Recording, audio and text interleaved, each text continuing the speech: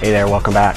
Rip, I wanted to ask you about the whole process of taking something from that conceptual stage and then it being one of these amazing pieces of art that we can see like in your gallery or many of the places that you've been commissioned to put your work. What's involved in all of that? There's a lot of research up front, a lot of time spent studying the subject or familiarizing myself with the person, all of that. Like I said, trying to capture the heart and soul and spirit of that subject. The physical work, though, is I usually start out with a smaller version. It's called a maquette, and I'll sculpt that because it's easier to bend legs, create movement, gesture in that smaller form first, get the whole design worked out, and then I'll enlarge it to maybe a life-size project. And what's the largest that you've ever done?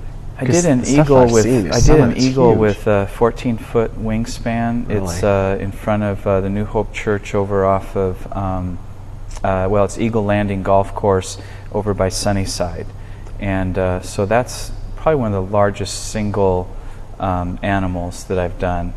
That was a big project. Yeah. So after you take it and you've crafted the maquette, mm-hmm. and then the next step. Now, there's wire and everything, right? Yeah, too? I create a wire armature. Basically, I start from the inside out. I create a bone structure out of wire. Then I layer it with the muscles and tendons from the inside out. And then finally, say it's an animal, put the hair texture or feathers on top of that, or the clothing. So I always work from the inside out to get the anatomy correct. Yeah. So the taxidermy past has really probably played into your ability to understand how to do all of that. Yeah, definitely. And so then I can focus more on capturing an emotion or something, because the anatomy is just innately there. I don't have to really struggle so much with that. But so once I've got it in clay and all finished, and I've got it exactly how I want it, I make a mold off of it. I create a silicone rubber impression off the artwork, and then I back that with plaster and hemp to make a mother mold, because the rubber's flexible to be able to pull out of all the crevices and all the detail. Did you say plaster and hemp? Yeah. Really? Yeah. Oh, okay. You mix that together, it creates a binder for the plaster, so it's strong. It's interesting. So, okay. So then I have a mold. Then I pull the artwork out and I pour hot wax into it. I roll it around, spill it out, and create about a 1/4 inch thick pattern. I tell the kids it looks like a chocolate Easter bunny. Yeah. You know, the details on the outside, but it's hollow on the inside. And so we have that pattern. Then that's gated and attached to what we call a tree. There's a main stem with a cup, and then kind of this artery system of sprues running out to all the high points. Then we take that piece and we dip it in a ceramic slurry, sprinkle silica sand on it, and it'd be like if you put it into a bucket of plaster, and the first layer would cure, and then you dip it again, and you build it up into a thick rock shell about a 1/2 inch thick. Then you fire it at about 800 degrees, and all that wax melts out, and it leaves a hollow channel in there. Now all that spruing becomes the funnels to flow that metal and backfill up and allow gases and air to escape. We heat the bronze to 2,000 degrees and pour that in. It looks like molten lava coming into it and then backfilling when it cools, and it cools pretty quickly, maybe 20 minutes, and you can break that shell off. It just falls off like an eggshell, and everything that was once in wax will be in bronze. Even if I left a fingerprint in the clay, it'll transfer through the wax, through the molds, and into the bronze. So it picks up every bit of detail. Wow. So I always tell customers, if you touch my sculpture, I'll know who did it. Yeah, exactly.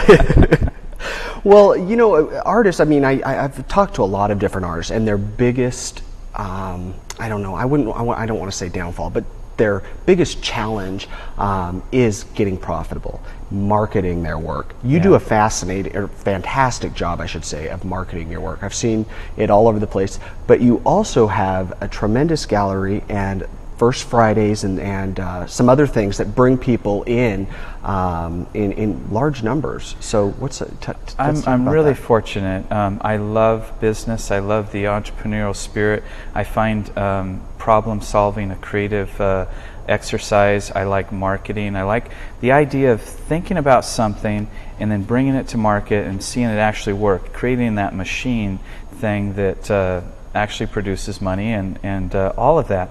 I find it very fun. I always tell artists, they come in, so what do I need to take? I say, you've probably got the talent already, take business. And they're like, I don't want to take business. I go, well, if you're going to afford the luxury to be an artist, you need to understand the whole, because at first especially, you got to wear all the hats. Yeah. You got to create it, you got to market it, you got to sell it, you got to, everything. And so many artists that I talk to are like, well, I'm not interested in the business side of it. Yeah. And it really, they're not mutually exclusive. No, they're not. They've got to come together. And so I've been able to help out a lot of my friends, a lot of artists that aren't so strong in that area, and so we have a gallery. We represent hundreds of artists. We're constantly rotating work in, so it's new and fresh always.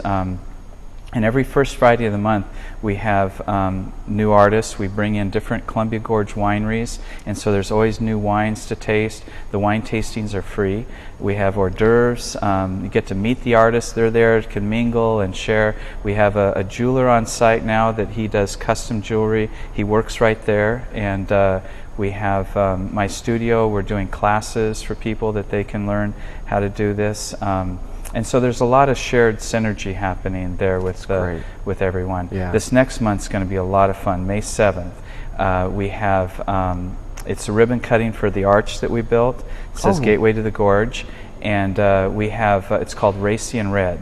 We have Quinette Winery coming in, and they're going to be serving a lineup of red wines. And we have Ron Tonkin's going to bring one of his Ferraris out right in with the artwork on the floor and showcase that. We have an artist, Rob Hobrecht, that does close-up angles of cars, Ferraris, and then we've invited the Ferrari Club out. Then we have a concert pianist, jazz gal coming from Canada. She opened for the Olympics, and she's going to be playing and singing. It's just going to be a great time. Great. Yeah, and that happens every month, every first Friday from 5 to 9. Well, perfect. Well, Rip, we could talk for a long time because there's so much to. I mean, we can't do justice to the stuff that you do, but it's only a half-hour show, unfortunately. But maybe we can have you back, and certainly anybody who wants more information can visit your website or come into your gallery, even better. And if they're not familiar with your work already, they can certainly, like I said, check it out on his website. I want to thank my guest, Rip Caswell, being here on Localite, and I look forward to seeing you guys next time. Thanks for joining me. We'll see you then. John Compton here saying thanks again for watching. And remember, if you've got a guest idea, let us know. Just visit localite.com.